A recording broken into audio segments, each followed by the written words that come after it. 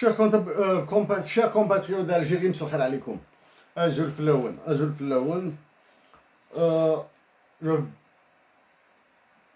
Pour aujourd'hui, c'est plus informel. Hein. Les mots sont, bien sûr, je suis sérieux, mais je suis plutôt dans la forme informelle, hein, parce que je vais manipuler quelques concepts. Il y aura quelques calculs, il y aura quelques explications de mathématiques. Je vais parler de l'emploi en Algérie, je vais parler bien sûr des perspectives de la future loi des finances qui sera criminelle. La loi des finances de janvier 2022 sera criminelle. Il n'y a pas 36 000 solutions, il n'y a pas 36 000 qualificatifs. Je viens tout juste de terminer un enregistrement pour le président de la France. Il fallait que je m'arrête un petit peu pour prendre un café, fumer quelques cigarettes. Donc, je vais, si je n'oublie pas, bon, c'est sûr que je vais parler de la privatisation des entreprises et des banques surtout. Je vais parler privatisation des entreprises et des banques. Pour la privatisation des entreprises, au cas où j'oublierai, l'exemple type, c'est l'énième de Tizi Ouzou. Hein, parce que pour l'énième de Tizi Ouzou, vous pouvez retrouver certains commentaires précédents que j'avais fait à propos de cette compagnie, de cette société, et ce qui attend les autres sociétés algériennes de sa taille, de son acabit, hein, de son acabit. Pour les banques, ce sera assez complexe, probablement, assez complexe, mais je vais utiliser des termes très très simples. L'autre aspect, je vais parler bien sûr, je vais parler de l'OMC et de ce qui se cache derrière, avec la ZLECAf, avec la pacification de la relation entre l'Algérie et Israël. Et les premiers mots, bon, bien sûr, avant d'aller la dernière fois, je suis probablement, hein, du moins publiquement, je suis, à ma connaissance, l'unique Algérien à être contre, à avoir suggéré la dotation de l'Algérie d'un national bilingue, c'est la première, à être radicalement contre la dévaluation du dinar, à travailler fort pour la préservation de l'intégrité du territoire national et pourquoi pas son extension par des moyens pacifiques et économiques et d'intérêt économique. Ça, c'est concernant l'Algérie. Pour Tamazight, l'enseignement de Tamazight, pour moi, ça relève plus de la connerie que d'autres choses. Là, tant que Tamazight est enseigné uniquement au primaire dans une certaine région du pays, elle demeure une violation des droits de l'homme et une bêtise économique. L'enseignement de Tamazight doit être transféré à l'université. Pour la majorité de l'Algérie, je le dis et je le répète, une erreur monumentale a été commise par les personnes qui agissent en faveur de la majorité de l'Algérie, de l'islamité, de l'arabité. Elle est plus du côté des Aurès, du Mzab, du Titri à l'ouest dans l'ouest algérien et dans le sud chez nos frères du Touareg. Ils ont cru bien faire, laisser le monopole du travail pour Tamazight pour la Kabylie. Alors que pour nous, la Kabylie n'est ni le parangon, ni l'unique région amazighophone de l'Algérie. Vous voyez, pour des raisons géographiques et d'activités couvertes dans les médias, tout s'est cristallisé sur la Kabylie. Ça, c'est les premiers mots introductifs. Les autres mots introductifs, bien sûr.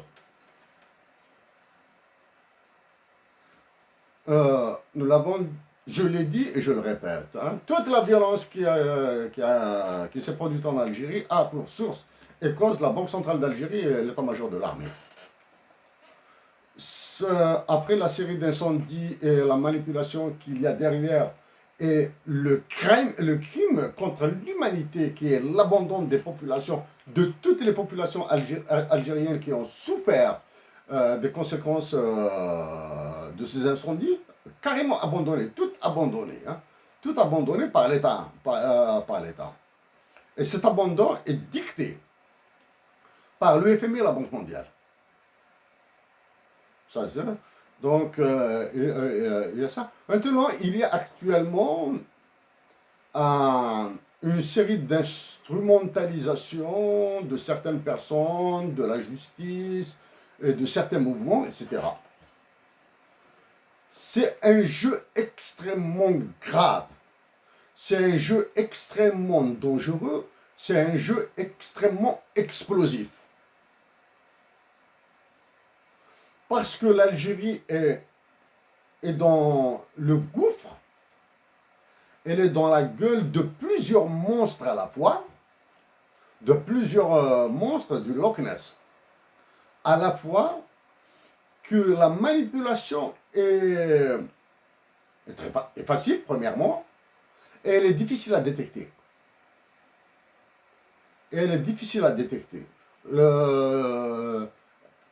Le spécialiste en la manipulation, sans en être réellement un bon spécialiste, c'est la France. Hein? Spécialiste.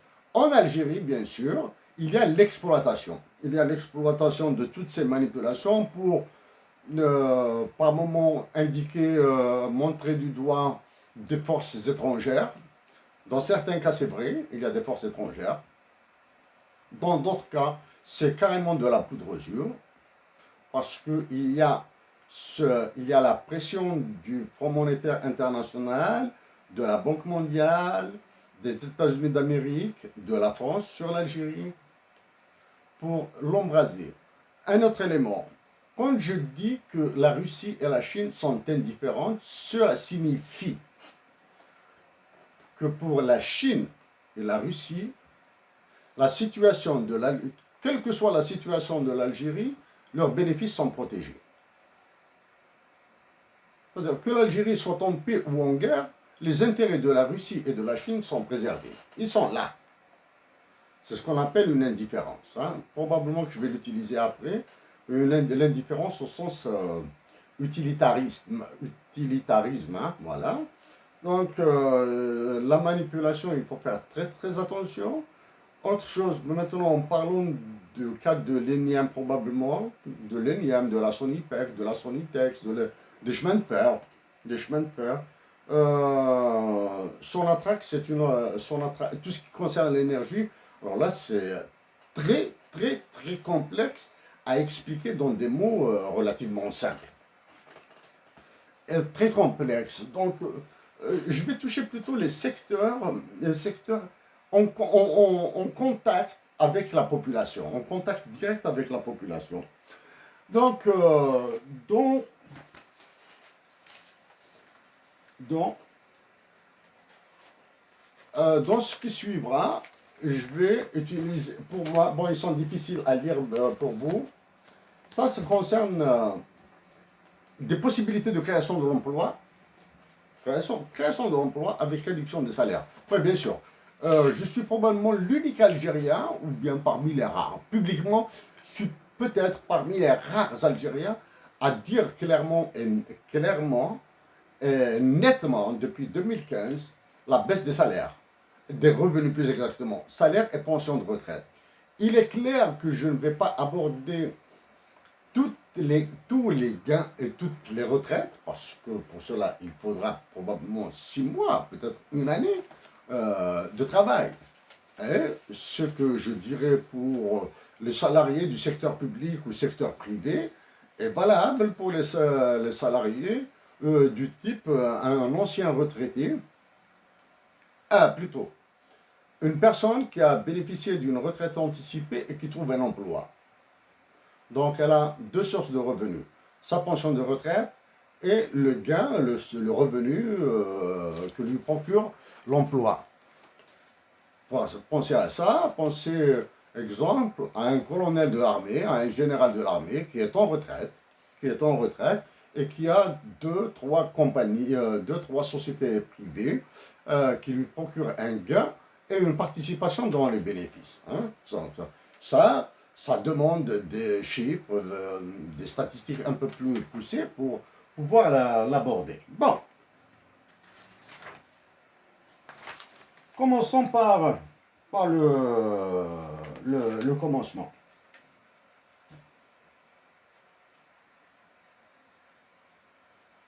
Commençons par le commencement.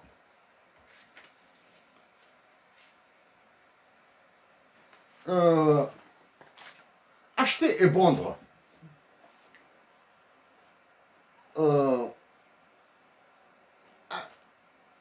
Acheter et vendre. C'est exactement la même signification en économie. Alors, c'est une expression, acheter ou vendre sont des expressions duales. C'est-à-dire, quand une personne achète un produit, une autre personne lui vend ce produit. Donc, parler d'achat ou de vente est une situation duale. C'est une situation duale. L'achat, la vente, est conclu quand les deux personnes s'entendent, sont d'accord sur la valeur du produit à échanger. Donc, vendre et acheter est un concept dual. Voilà. Dans quel cas il n'est pas dual maintenant?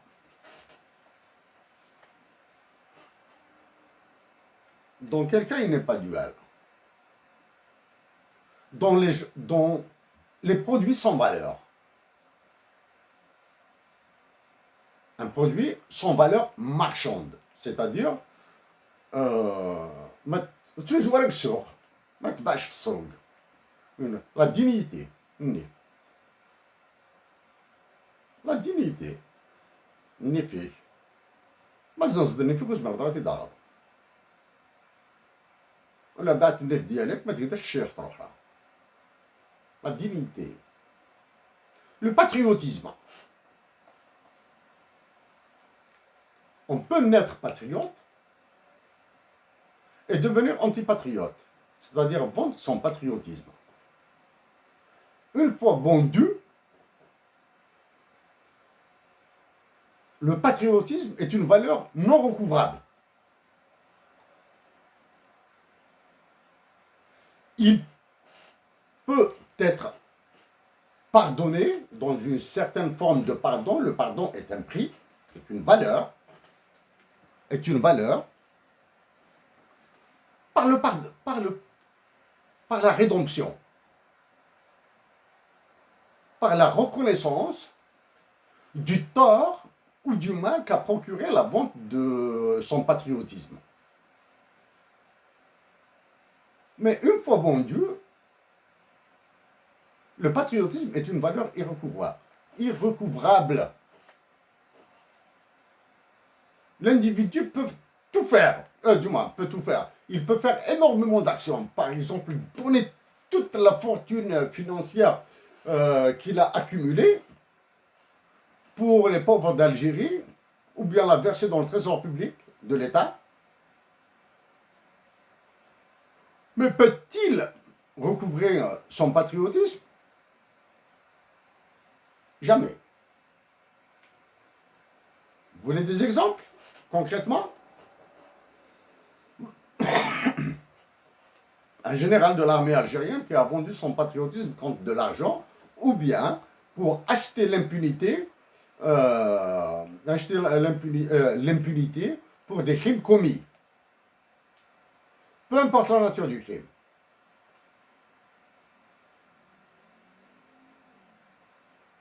Peu importe. Est-ce qu'il pourra se faire pardonner ces crimes? Jamais. Est-ce que ces crimes peuvent être impunis? Oui.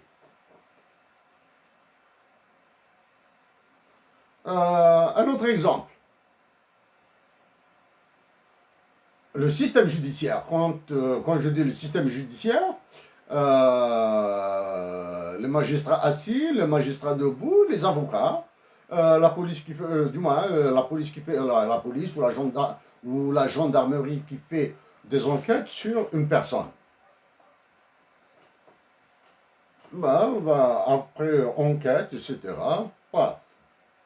Le système judiciaire dit la loi. Dit la loi et condamne cette personne qui va s'avérer innocente 5 ans après. Est-ce que ce mal peut être recouvré? Jamais. Quand une personne a perdu 5 années de liberté, elle a perdu 5 années de liberté. Sur la condition, bien sûr, il y a une condition très importante. Très importante. Qu'elle ignore la date de sa mort et sans possibilité de reculer la date de sa mort.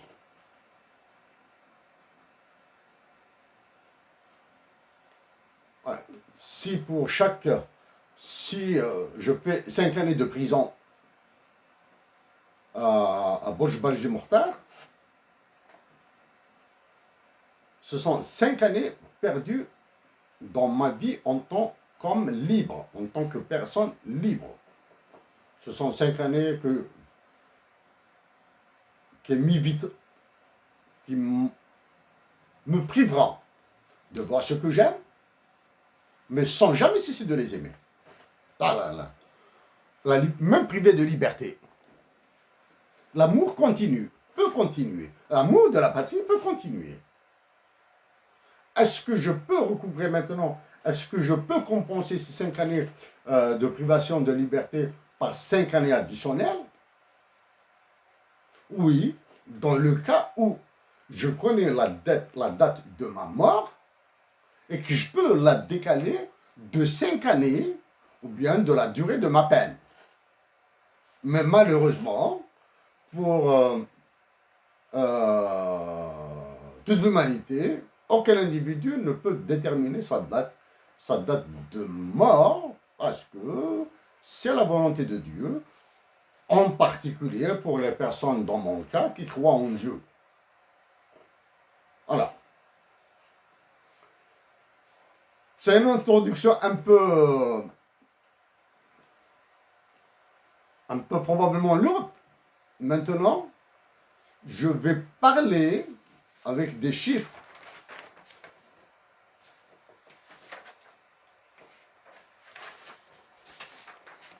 Avec des graphiques. Avec d'autres chiffres.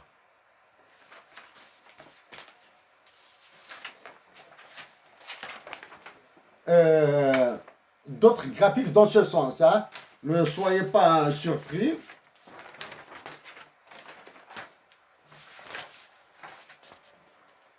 Ce sont des graphiques différents, sur des données différentes, qui manipulent des concepts différents.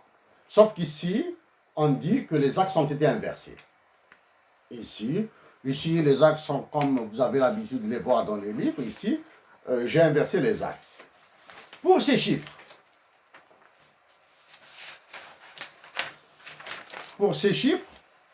et la lecture des graphiques, je vais parler sous l'autorité de Mahdi Rahmoun. Mahdi Rahmoun est un doctorant en mathématiques. Hein. Doctorant en mathématiques, dire que c'est un ami, c'est peu pour moi. C'est un jeune frère. C'est un jeune frère. Donc, Mahdi, je vais manipuler des chiffres. Je vais manipuler des séries statistiques très expérimentales, même pas empiriques, hein, parce que je n'ai pas les données réelles de l'Algérie. Et je vais lire ces graphiques. Hein. Je vais lire ce graphique et un autre graphique. S'il te plaît, si tu as une remarque à me faire, si tu constates un lapsus, s'il y a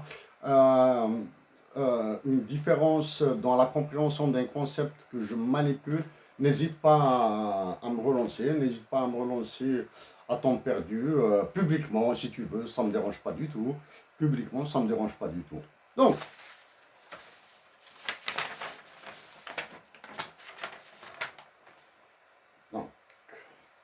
avant de la dignité, etc.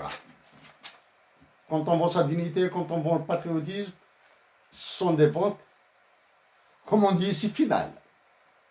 Impossible de recouvrer.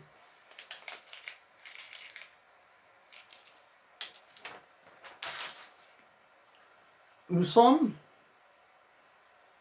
le 14 octobre, à peu près. Oui, c'est ça, nous sommes le 14 octobre. Nous sommes le 14 octobre, dans 7 jours, c'est le 1er novembre. 2 mois après, novembre et décembre, c'est 2 mois après, 1er janvier 2022, à 0,01 minute, vous avez une nouvelle loi des finances qui va vous guillotiner. C'est un massacre. C'est un massacre. Donc, quelle que soit la sagesse des Algériens, de la population, quand nous parlons de population, nous pensons plutôt aux personnes à faible revenu et à moyen revenu et aux personnes sans revenu du tout. Quelle que soit la sagesse, quelle que soit la zénitude, quelle que soit leur résistance, le choc sera si violent que ces populations seront obligées de réagir. Et quand elles réagiront, c'est une répression sauvage qui va s'abattre. Pour ça, nous vous renvoyons à 2015, ce que nous avons dit en 2015. Non. Maintenant, même si les populations algériennes refusent de réagir, de résister comme elles le font maintenant, il y aura des phénomènes d'agression gratuite pour les allumer. Ça, ce sont des jeux faciles à détecter. Ils sont faciles à détecter. Dans la suite de ces chiffres que nous allons aborder, une autre fois, je suis prêt à débattre avec toute personne ayant un pouvoir de décision et un pouvoir d'influence à l'état-major de l'armée, à la présidence de la banque, à la présidence de la République et à la Banque centrale. Pour les ministres, entre guillemets, ministres, ce sont des agents d'exécution du FMI et de la Banque mondiale. C'est tout, hein, rien d'autre. Je peux faire l'effort de leur répondre. Actuellement, il y a un jeu extrêmement violent entre la présidence de la République et l'état-major de l'armée. Je suis très loin, je suis à Cornwall, en Ontario, c'est un trou, hein. Mais ils sont faciles à détecter. Il y a le clan pro-français, il y a le clan pro-américain. Dans les deux, hein, il y a. Ils s'affrontent sur l'usage des réserves internationales et sur la régénération des réserves internationales de l'Algérie et sur le niveau d'application des ordres du FMI et de la Banque mondiale. Ça fait un mois et demi à peu près, j'ai dit qu'il reste 5 mois de réserve de change de réserve internationale pour couvrir les importations de l'Algérie. Après, que se passera-t-il? Je l'ignore. Mais c'est parce que je l'ignore que je vais essayer de proposer une solution. Voilà. Parce que je l'ignore, je vais proposer une solution pour le savoir.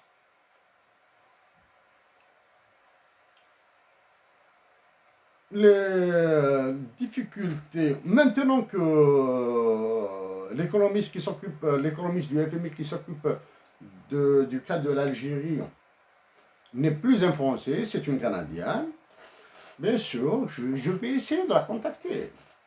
Parce que le travail à l'international est encore beaucoup plus complexe. Parce qu'en plus de ce que je vous dis là, il y a un autre travail en parallèle qui se fait. Quand nous arrivons à identifier des possibilités d'échange. Quand j'arrive.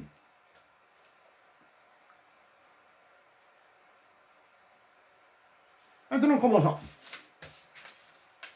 Quel est le problème? Quel est le problème l'un des problèmes qui attend l'Algérie? Le chômage, l'absence de revenus, une récession économique de 15%, la vente et le licenciement des entreprises et des banques, je vais en dire après, je vais en parler. Voici des chiffres. Bon, qu'est-ce qu'il y a ici? Bon, ici ce qu'on appelle, ça c'est un terme statistique, on appelle ça une classe. Une classe, ici vous avez un salaire inférieur, un salaire supérieur. Nous avons l'écart que nous avons calculé. Je suis désolé, vous ne voyez pas toutes les mentions ici, là, toutes les observations. C'est des observations nécessaires dans un travail universitaire. Nous avons les salaires moyens. Donc ici, nous avons défini des taux. Taux ici, vous voyez, de 2,5% jusqu'à 33,5%. Le taux minimal est de 2,5%. Le taux maximal est de 33,50%. Ce sont les diminutions que vont subir les salaires moyens. J'ai travaillé sur des salaires moyens.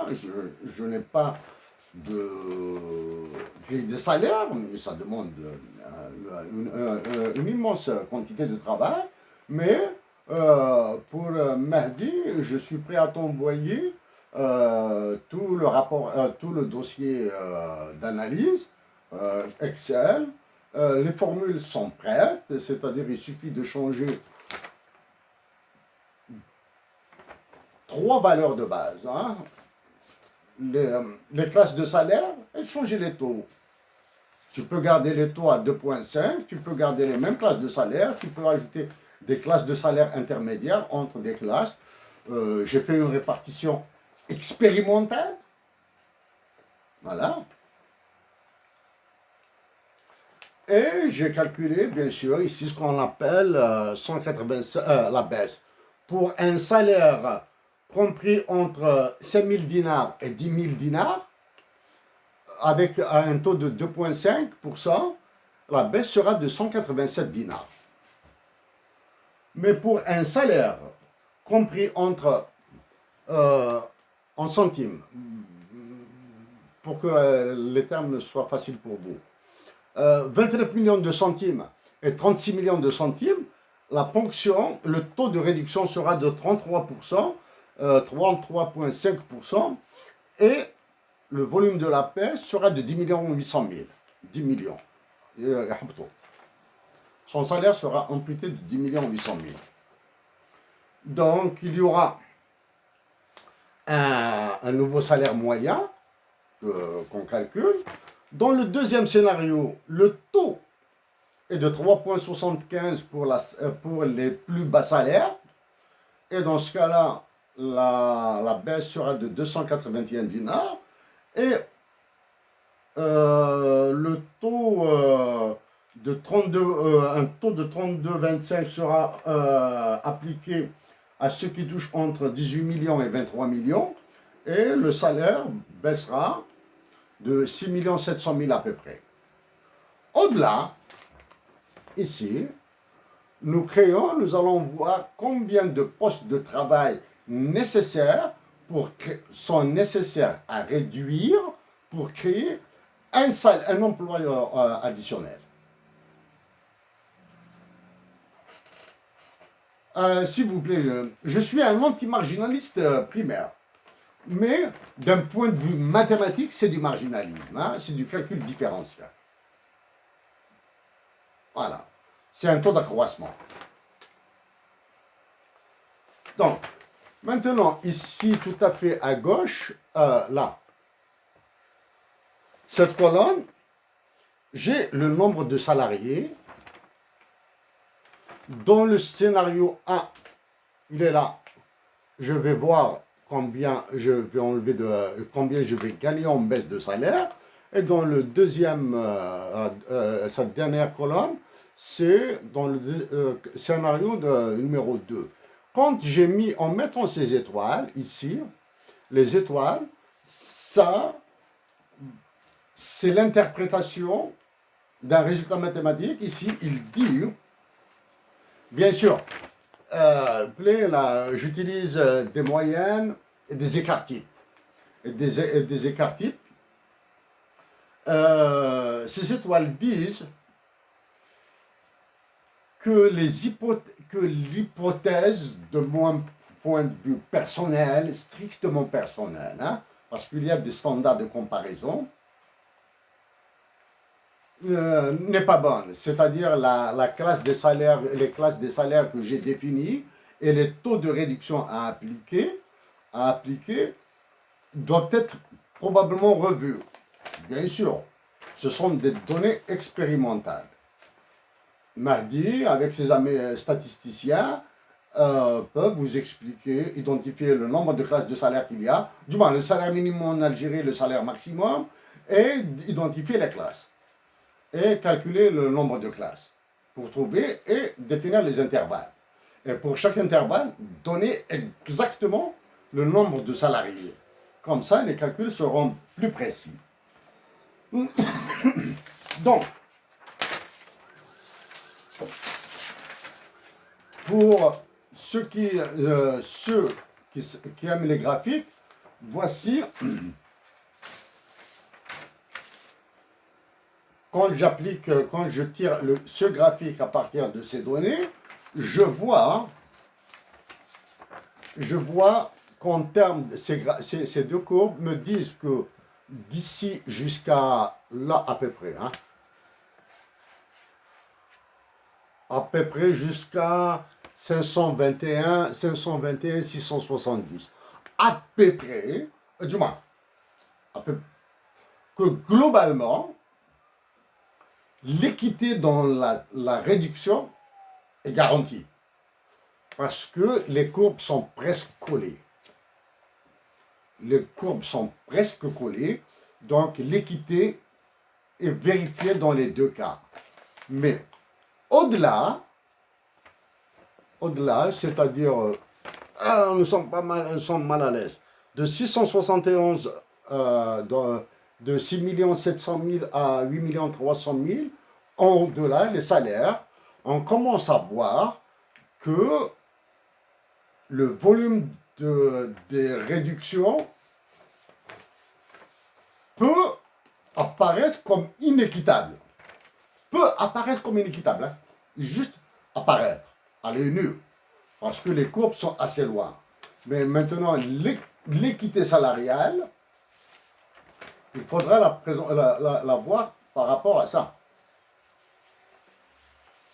C'est pour cette raison qu'on calcule des moyennes, il faut calculer probablement des moyennes mobiles, des écarts-types, etc. Hein? Des écarts-types, plus l'écart-type est petit, plus la répartition est bonne. Donc, je m'excuse pour m'arrêter 5 minutes, fumer une cigarette, souffler un petit peu et penser à Tamourt, penser à Wagnoun.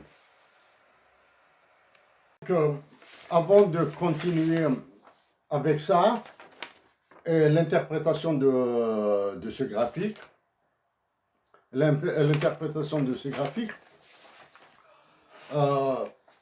je dirais quelques mots sur mes expériences professionnelles en Algérie. Quand j'avais terminé mes études en informatique, j'avais travaillé à la Sonipec d'Akbou, fabrication de chaussures. très courte période, hein, vraiment très courte période. Ensuite, je suis parti au service militaire. Donc, j'ai travaillé à la Sonipec d'Akbou, jeune, et on cru que, et on fait des études d'informatique, que je pouvais aller sur Vénus, quelque chose comme ça, un tempérament de jeune, mais très sage, hein, sage. Mais il y avait ce comportement de jeune qui a fait de l'informatique, etc. Bon, aux séries. Les expériences, oui, le premier. La Sonipec d'Akbou était la première unité de production du réseau Sonipec EMAC. Hein. EMAC, c'est entreprise de manufacture de chaussures. Mais dans le temps, c'était Sonipec. La Sonipec d'Akbou, donc, était une excellente référence dans la production de chaussures. Au même titre que, sans l'avoir jamais visité, il y avait l'unité de Ngaous dans les Aurès. Donc, elle faisait de la chaussure de sport de très bonne qualité. À Akbou, c'était la chaussure de ville, hein, chaussure de ville, mais vraiment du top, hein, du top. Vraiment, c'était du top. À l'époque, c'est une opportunité pour moi de citer le directeur, son directeur de l'époque, Abdelaziz Bara, le Hajj. Hajj relativement jeune, ancien maquisard très jeune. Très jeune. C'était un monsieur qui a fait des études supérieures après l'indépendance. Hyper nerveux. Je pense que maintenant, je pense qu'il a été rappelé par Dieu, l'âge, hein, à cause de l'âge, mais maintenant, s'il est un super centenaire, Abdelaziz Bara, donc mes salutations, mon respect à toi et à ta famille. Et à ta famille. Il était d'une compétence de diable. Compétence du diable. Hyper nerveux, gros fumeur. On s'entendait bien. Il avait compris ma jeunesse, ma fougue peut-être. Quel conseil, quel conseil. Très pertinent, très pertinent. J'ai eu, c'était vraiment 5 mois, même pas 5 mois. Je suis parti au service militaire. J'ai eu une seule prise de bec avec un responsable. Hein? Et il dit, bon, toi, je mettrai en équation ton travail. C'est tout. Et j'ai travaillé surtout sur l'optimisation. Si quelqu'un veut m'énerver, qu'il me confie un travail de la paie du personnel, soit la comptabilité, etc. Ça m'énerve. Il faut qu'il y ait des calculs dedans. Des calculs pas automatiques, mais disons qu'on doit se casser un petit peu la tête. Donc j'ai travaillé sur l'optimisation de la production. Processus de production, optimisation. Il y avait un modéliste de la chaussure, concepteur de chaussures. Ah, j'ai oublié son nom. Sympathique, délicieux, calme, gentil, rieur. Je jure devant Dieu qu'il a sa place aux États-Unis d'Amérique. Bon, bref. Ensuite, j'ai travaillé, le gros de ma carrière, c'était au chemin de fer, toujours sur l'optimisation. Du moins, dans des sujets d'optimisation. Sur les chemins de fer, je peux dire énormément de petites choses comme ça, agréables. Hein. Bon, la politique de l'entreprise, ça ne m'intéresse pas du tout. J'ai travaillé sur des sujets pointus aussi. Très pointus. Vraiment très pointus. Voilà. Ben, j'ai enseigné à Alger, Conseil d'État. Voilà le gros, hein, le gros. Bon, bref, voilà maintenant. Pour pour parler de ça et de ça et de ça, il s'agit d'une réduction de salaire et des pensions de retraite avec création d'emplois sans licenciement. Je répète, réduction de salaire, création d'emplois, réduction des revenus, hein, salaire et pension de retraite, pour création d'emplois sans licenciement et l'impact sur la politique monétaire et budgétaire. Bien sûr, on ne peut pas aller dans le détail de tous les détails, hein, dans tous les détails, donc mais je vais dire les détails qui touchent les personnes. Les détails qui touchent les personnes.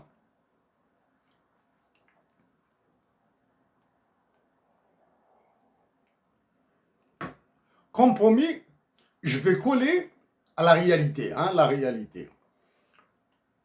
Le cas de l'énième de Tizi Ouzou.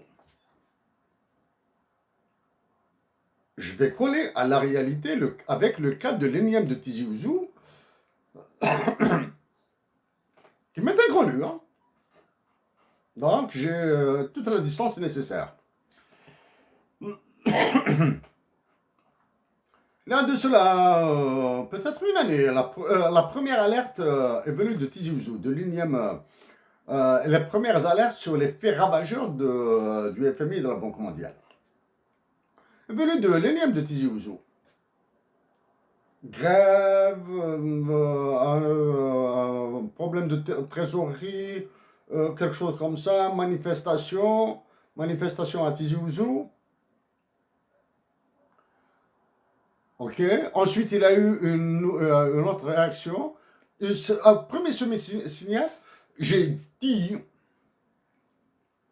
j'avais suggéré à l'époque aux travailleurs de l'énième de Tizi Ouzou de baisser leur salaire. J'ai été même jusqu'à leur proposer de supprimer carrément la PRI-PRC, prime de rendement individuel et prime de rendement collectif. Enfin, du rendement collectif. Parce que d'un point de vue économique, d'un point de vue philosophique, ils n'ont aucun sens. Voilà. Partager les bénéfices de l'entreprise en fin d'année, oui. Partager les bénéfices, hein. Une partie des bénéfices de l'entreprise en fin d'année, oui. Bon, dans ce cas-là, il faudra changer le statut de l'entreprise, statut juridique entre sans lucratif, entreprise à but lucratif ou entreprise à but non lucratif. Ok.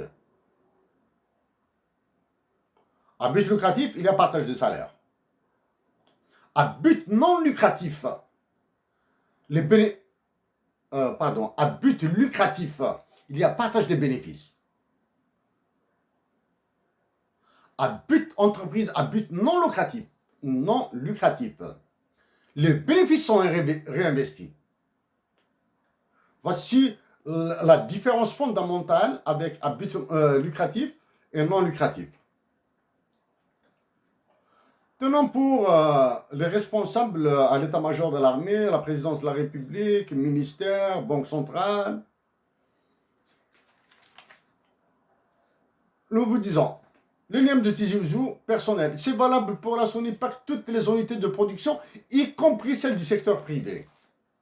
Même si je ne m'hazarde pas sur le secteur privé parce que je sais que ce sont des sanctions, pour la majorité des opérateurs du secteur privé sont des sanctions, sont des vampires. Dit,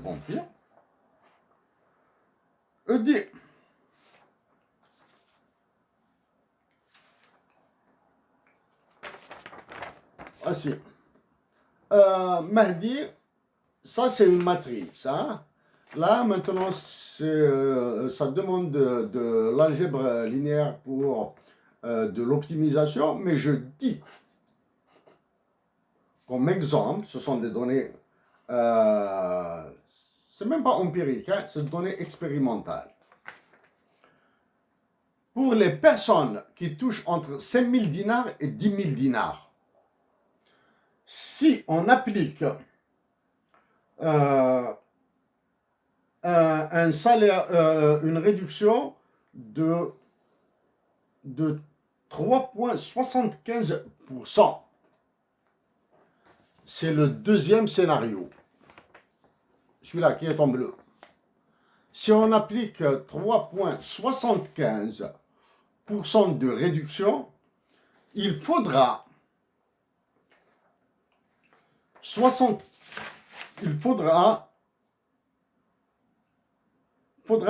25 personnes pour créer un emploi. Sans mobilité de salaire, sans mobilité dans les salaires, c'est-à-dire une personne ne peut pas aller d'une tranche de salaire à une autre tranche de salaire. Donc, pour les plus bas salaires, avec un taux de 3,75% de réduction, il faudra 25 personnes pour créer un emploi. Maintenant, pour une personne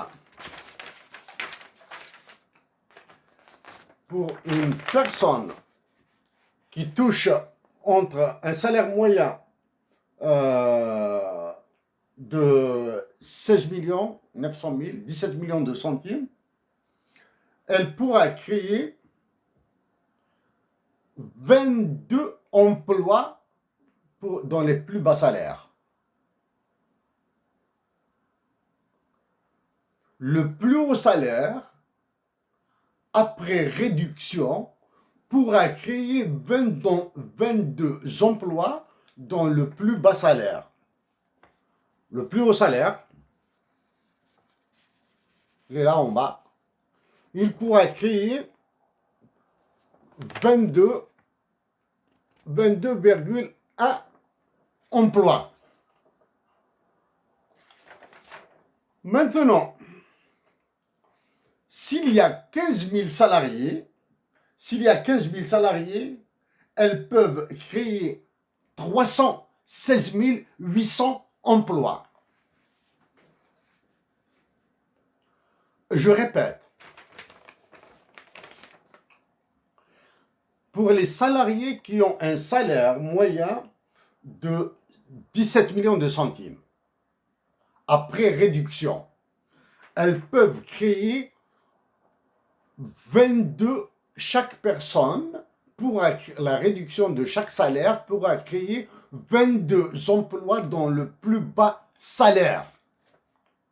Maintenant, si dans toute l'Algérie, il y a 15 000 personnes qui ont ce salaire, elles peuvent créer 316 800 emplois.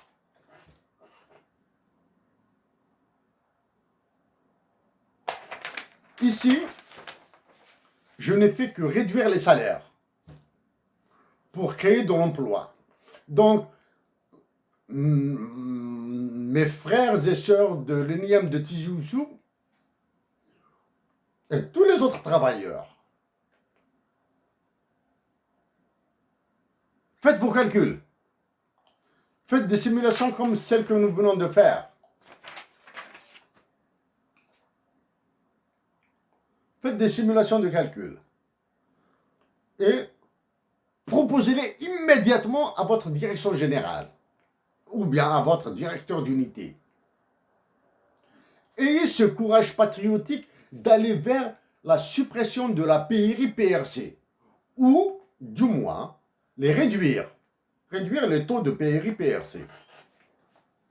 Ainsi, vous et tous les salariés du secteur public économique, du secteur économique public, pardon, allez faire ça. Ils ne trouveront aucun argument économique, aucune raison technique pour vous licencier. Et en proposant cette réduction des salaires, vous allez faire preuve d'abord de patriotisme. Je l'ai dit dans mon dernière intervention. L'esprit de la réduction des salaires. Durant la Révolution, des salariés, des ouvriers dans des mines en France paient leurs cotisations à la Révolution. En Algérie, c'est la production de blé, de tomates, de fruits et légumes, de laine, de burnous, etc., de blé pour nourrir les révolutionnaires algériens. C'est une révolution que vous allez conduire. Et vous allez changer complètement la vision du FMI et de la Banque mondiale sur un pays sous-développé comme le nôtre. Allez-y sur ça. L'État algérien, parce qu'il veut acheter la paix sociale, va vous augmenter. Là, il a réduit l'IRG, l'IRG, il alimente l'inflation. Mais avec ces réductions de salaire, d'abord, il n'y aura pas de pression sur la masse monétaire, c'est-à-dire ils ne vont pas imprimer de l'argent pour vous payer, c'est-à-dire ils ne vont pas vous imprimer de la monnaie de singe pour vous payer. Parce que je réduis un salaire par là et je le donne par là. Ça, c'est la première. Deuxièmement, les effets de l'inflation vont être... Bon, du moins, le risque d'une hyperinflation sera atténué. Je le répète, l'hyperinflation est self-fulfilling prophecy, une prophétie auto-réalisatrice. Même dans un pays en paix, l'inflation peut exploser. L'hyperinflation peut se produire. Donc, vous pouvez faire... Ça, c'est... Vous allez enlever un risque. Ça, c'est la première. Deuxième, autre élément. En créant un emploi, la création d'un emploi, ou bien de 316 000 emplois, ce sont 316 000 personnes qui auront un revenu et qui auront moins de problèmes. Parmi ces 316 000 personnes, il y aura peut-être des voyous, des voleurs qui seront sans emploi, ils sont obligés à faire dans le vol, dans le chapardage, dans l'agression, etc. Donc, d'un point de vue économique, il n'y aura pas de pression sur la masse monétaire. Si tant est, la masse monétaire est génératrice d'inflation. En théorie, scientifiquement, c'est jamais démontré. Ça, c'est le fronton de Milton Friedman. Ok? Ici même si plutôt j'apprécie beaucoup Keynes, mais c'est un ricardien. Moi, je suis plutôt David Ricardo. C'est la fameuse boutade de Keynes, creuser des trous et les reboucher. J'enlève par là, je donne par là, je te crée un emploi. Maintenant, vous allez dire, bien sûr, il y a des contraintes techniques. Du moins, il y a, pour Mahdi Rahmoun, c'est les contraintes d'optimisation, les hypothèses de départ, les contraintes pour l'optimisation, parce que c'est des équations mathématiques très complexes à résoudre. Hein. C'est un calcul matriciel. Il y a un problème minimum, maximum, ça, le minimum, maximum, je vais en parler maintenant. Mais les problèmes d'optimisation, ils sont très complexes. Par exemple, l'énième de Tizi Ouzou peut engager une équipe qui va travailler à partir de 14 heures, de 15 heures, parce qu'en compensation de la baisse de salaire, vous allez négocier le nombre d'heures de travail à réduire. 1 heure de travail, 1h30 maximum. Sinon, parce que si vous réduisez de 4 heures, c'est comme si vous n'avez pas fait de réduction de salaire. Sonipec Arcbou, Sonitex Arcbou, complexe de velours. Ils sont voisins. Même chose.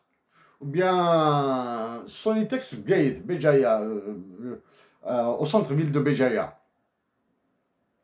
Si elles sont fermées, vous allez relancer la production. N'oubliez pas les victimes, nos frères et sœurs qui ont souffert après les incendies. N'oubliez pas la pauvreté qui va naître qui est déjà là, qui existe et qui va encore s'aggraver avec les programmes du FMI et de la Banque mondiale. Donc, relancer la production de la chaussure, relancer la production de la chaussure, des vêtements, du cahier scolaire, des fournitures scolaires pour les enfants. Eh bien sûr.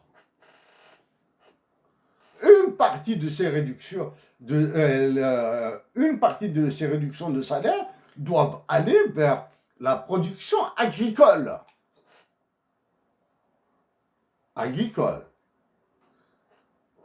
Ça. Maintenant, nous avons donné l'aspect économique. L'aspect inflation doit être analysé avec sérieux. Parce qu'il y aura, ça dépend tout dépend de ce qui est appelé les élasticités. Les élasticités, c'est quand j'étais enfant, ma mère m'a appris les élasticités alors que je n'ai jamais fait d'économie enfant. ما توفر البطاطا 6000 ما توفر البطاطا ما توفر البطاطا 500 فرنك او 2 كيلو ما توفرت 750 او كان كيلو فرنو ضرب تيميتوش. Ça, ce sont les élasticités. Hein? C'est ce qu'on appelle les élasticités économiques. Donc, les produits à faible élasticité, inélastique, vont connaître une augmentation. Les produits très élastiques vont baisser. Ça, c'est un côté. Maintenant, si, avec l'acceptation des réductions de salaire, hein, sous l'hypothèse que ces réductions de salaire sont acceptées, l'État algérien sera un État hitlérien s'il ne maintient pas la gratuité de la santé, s'il ne maintient pas la gratuité de l'éducation, s'il ne maintient pas la subvention à la farine, au blé, à l'eau, je pense qu'elle a été supprimée, pour les produits, pour l'électricité et l'eau.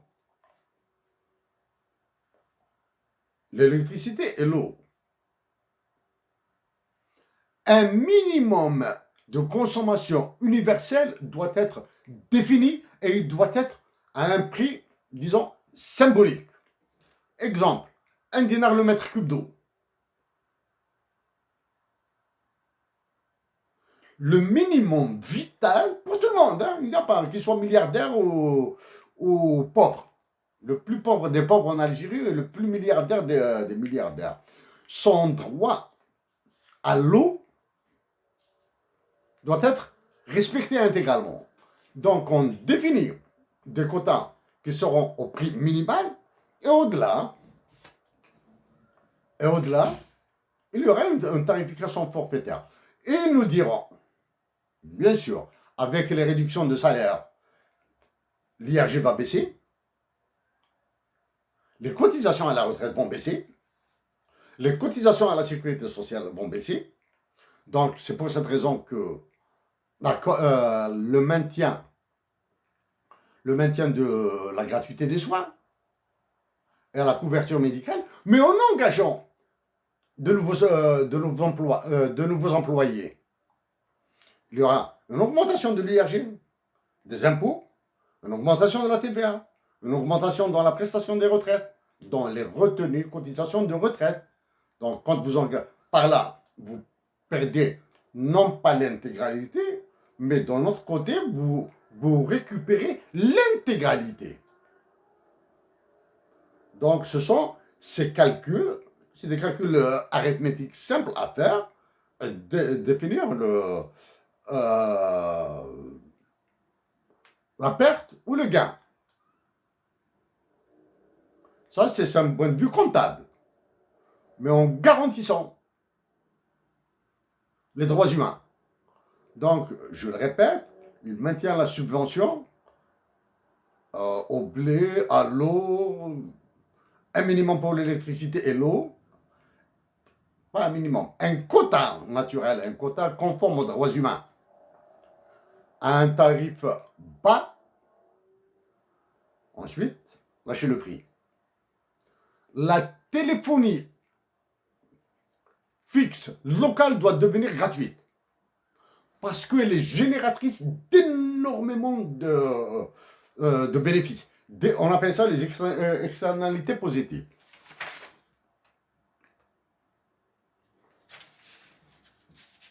Maintenant, pour faire vite, parce que j'ai d'autres sujets à traiter, Voici les graphiques. Je n'ai pas... Il m'est impossible de représenter toutes les courbes. Hein. Il y a combien de courbes?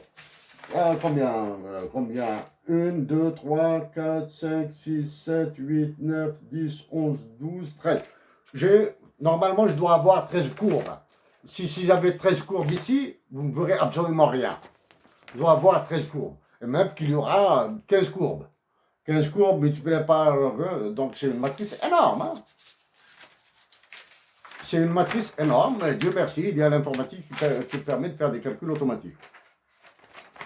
Je sais que le maximum sont là.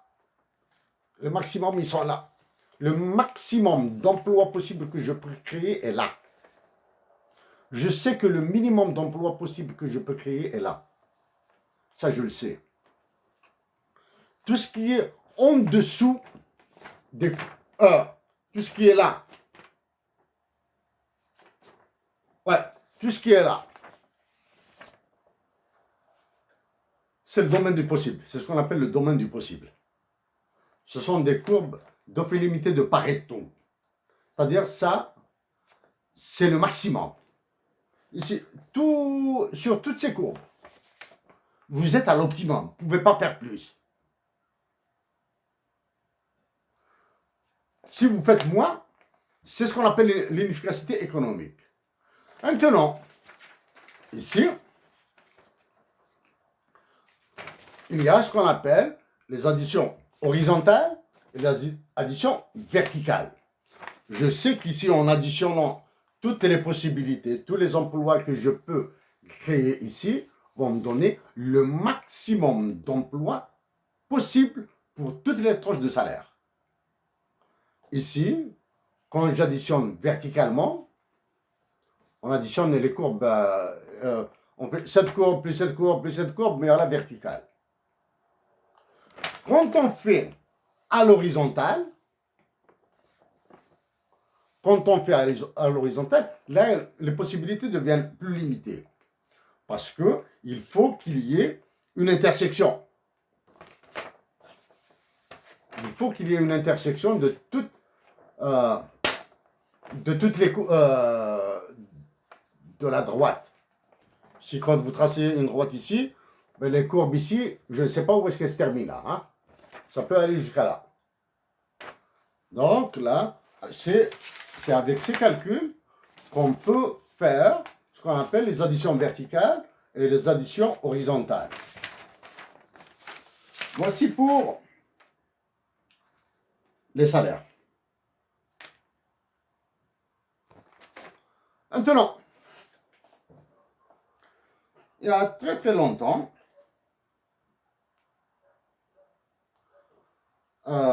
c'était en 2016-2017. 2016-2017, si mes souvenirs sont bons. Ils avaient commencé à parler devant des entreprises. J'ai participé à des publications, etc. Bon, d'autres ont parlé. Ils ont freiné. Maintenant, ils ont décidé de vendre les banques et les entreprises publiques. L'énième de Tizi Ouzou fait partie des entreprises à brader. Ils ont décidé de vendre des banques publiques. Ça fait pas longtemps, ils ont décidé de créer une banque pour le logement. Donc là, la CNEP, l'ADL, ces histoires d'ADL, la CNL, tous ces établissements financiers et parafinanciers. Donc, peuvent fusionner en une banque. Mais est-ce que cette banque sera viable? Ouais, ils ont décidé de privatiser des banques. Vendre une entreprise déficitaire, c'est très bon. Mais il faut savoir la vendre. C'est la première.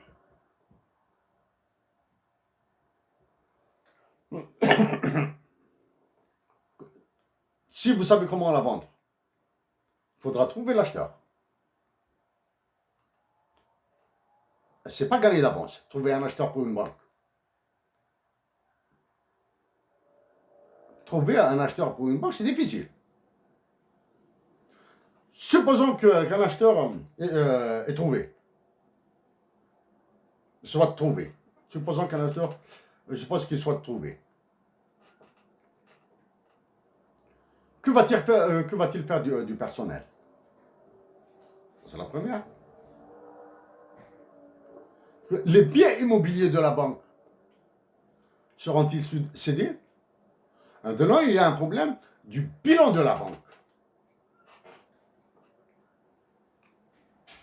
C'est depuis 2016 que j'avais suggéré de faire plafonner les taux d'intérêt pour canaliser, c'est ce qu'on appelle faire le drainage financier vers les banques. Ils ont refusé. Pourquoi? Parce qu'en vendant les banques, ils ne veulent pas vendre des crédits à taux d'intérêt élevés. Parce que les clients pourraient fuir. Ça, c'est la première. Deux, donc, toute la masse d'argent là qu'ils avaient imprimée, c'est pour assainir les bilans des banques. Supprimer les créances doutes, supprimer les créances non recouvrables, les supprimer, c'est-à-dire les compenser par de l'argent. C'est pour cette raison que toute la masse monétaire que les billets de banque là qu'ils ont imprimés sont allés vers l'assainissement des entreprises et des banques pour les vendre. C'est pour cette raison qu'ils ne voulaient pas toucher au taux d'intérêt. Alors que pour drainer, il y a bien sûr la question de légitimité. Je l'ai traité la dernière fois, j'ai parlé de légitimité. Donc ça c'est pour les banques. Les banques et les entreprises. Les NIEM, Sonibec, Sonitex, tout ça. Vous êtes dans le viseur. Donc faites attention aux manipulations, faites attention aux grèves, parce que les grèves, vous allez perdre. Hein. C'est une raison. Faites attention aux manipulations pour déclencher des violences, y compris par des voyous, là. Non, on revient. L'Algérie et l'OMC. C'est en cours de route, là. Hein. C'est-à-dire la relance de l'accession de l'Algérie à l'OMC. C'est en 2013 que j'ai fait une conférence, que j'ai donné une conférence sur ça. Grâce à une Algérienne, bien sûr. À chaque fois, je ne vais pas le répéter maintenant. Là. Ils ont relancé. Donc, attendez-vous à des négociations, à des discussions, dialogues, négociations avec Israël. Donc, la visite des Américains à la présidence de la République militaire américaine de l'Afrique qui sera reçue, plus les autres contacts informels, les autres appels téléphoniques, téléphone. Avec une diplomatie complètement en panne, la diplomatie algérienne complètement en panne. Donc, il faudra penser à des discussions avec Israël. Je l'ai traité lors de la dernière intervention. Hein. J'en ai parlé. Donc, l'accession à l'OMC. Mais pourquoi maintenant l'accession à l'OMC est revenue au devant de la scène? Ne jamais oublier la dévaluation du dinar qui va continuer, sauf si les Algériens décident de revendiquer, comme ils revendiquent le pain, une surévaluation du taux d'intérêt, du taux de change, pardon. Pourquoi maintenant l'accession de l'Algérie à l'OMC revient? Elle a les garanties qu'elle sera membre à part entière. Ça, c'est la première. Deux, si l'Algérie a donné son accord pour l'établissement de relations avec Israël. Trois, c'est pour faire passer la pilule de la ZLECAf. Sinon, si la ZLECAf par là a son règlement, son code, son droit, c'est le droit de l'OMC, plus exactement du GATT. On appelle le droit hégémonique, le droit de l'OMC, le droit du GATT, etc. Si la ZLECAf a accepté le droit de l'OMC, l'application du droit de l'OMC, j'en ai parlé. Donc maintenant, l'Algérie et la Libye risquent de poser problème parce qu'elles ne sont pas membres de l'OMC. Donc ils vont accorder, les Américains vont appuyer, les Américains et les Anglais, hein, pas les Français. Les Américains et les Anglais vont appuyer l'accession de l'Algérie à l'OMC. Sans qu'ils vont dire que toutes les conditions sont réunis, ou bien on va lui accorder des dérogations. Il y a un système de dérogation. Il y a un système dérogatoire. Dérogatoire, l'accession à l'Algérie. Bon, bien sûr, s'il vous plaît, Chérif Aïssat ne descendra jamais à Boubassès. Jamais.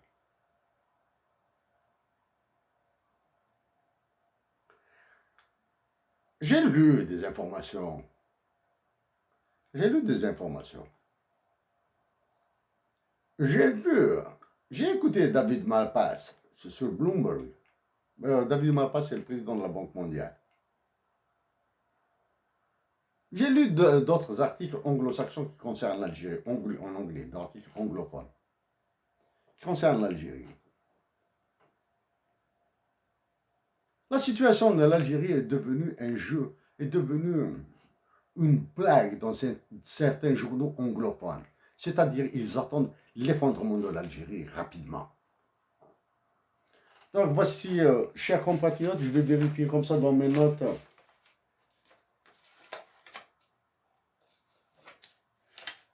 Dans mes notes, s'il y a quelque chose ici. Non, c'est bon. C'est bon pour les chiffres. Je vais présenter ici. En tout cas, je vais mettre ces tableaux dans un compte de Google Docs, Google Docs, qui s'appelle Libération Afrique. Libération Afrique. Je vais afficher le lien public. Partagez-le, s'il vous plaît. Bon, ben, essayez de discuter. Essayez de lire, lisez. Il y a des problèmes majeurs entre le FMI et la Banque mondiale, entre les deux organisations. Il y a des problèmes terribles entre les deux actuellement qui risquent de se répercuter. Je vous recommande de temps à autre, même si c'est en anglais, écoutez David Malpass, le président de la Banque mondiale. Ces derniers temps, il parle beaucoup des pays sous-développés. C'est en anglais, mais écoutez-le, comme ça, si vous entendez d'autres parler en français, vous aurez une idée de quoi ça retourne. Mais bien sûr, il y a des subtilités, bien sûr. C'est un Américain, il est président de la Banque mondiale, il y a des subtilités. Donc, mes chers compatriotes d'Algérie, Salam Adessa, le plus tôt possible. Salam Adessa. Résistez, vous êtes capable de conduire une nouvelle révolution en Afrique. Mais résistez, faites attention à la manipulation, rejetez toute forme de violence. Dites que vous aimez l'Algérie, dites que vous êtes patriote et que votre patriotisme est fait de votre amazérité avec un hymne national bilingue, avec votre arabité, avec votre islamité, avec les religions que vous voulez et avec toutes les langues que vous voulez. Mais actuellement, Tamazight et Arab sont les deux langues les plus dominantes en Algérie. Donc, un hymne national, تعرف تمازيغ pas تقبيلي تمازيغ فوالا هذا ارتمان أكون صنع ربك يثدي صنع ربي تموتنا mes amitiés de l'Ontario, Canada.